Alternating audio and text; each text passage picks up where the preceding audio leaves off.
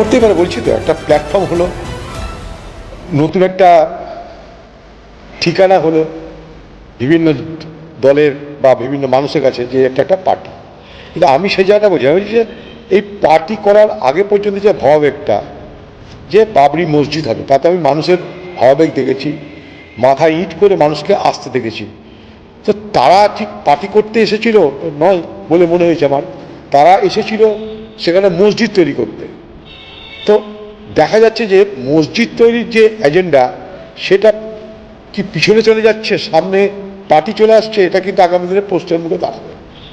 তাহলে কি পার্টি আগে মসজিদ পরে, কোনটা কার আগে পরে, এটা কিন্তু একটা প্রশ্ন দাঁড়াবে। এটা কিন্তু কোনো সদুত্তর নেই মানুষের কাছে, এটা ব্যাখ্যা হওয়া উচিত।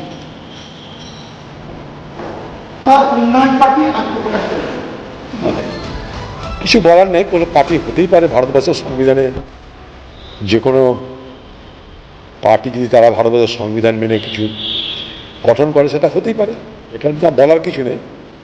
আমরা শুনছিলাম বাবরি মসজিদ হবে, হঠাৎ করে তার থেকে বেরিয়ে পার্টি হচ্ছে, তারপরে ভোট হবে, ব্যাপারগুলো সব গুলিয়ে যাচ্ছে আমার কাছে।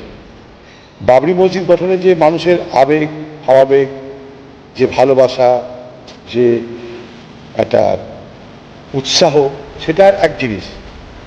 এবার সেই ভাবাবেগের পর থেকে, ভাবাবেগের থেকে একটা পার্টি তৈরি হওয়া, সেটা আরেক জিনিস।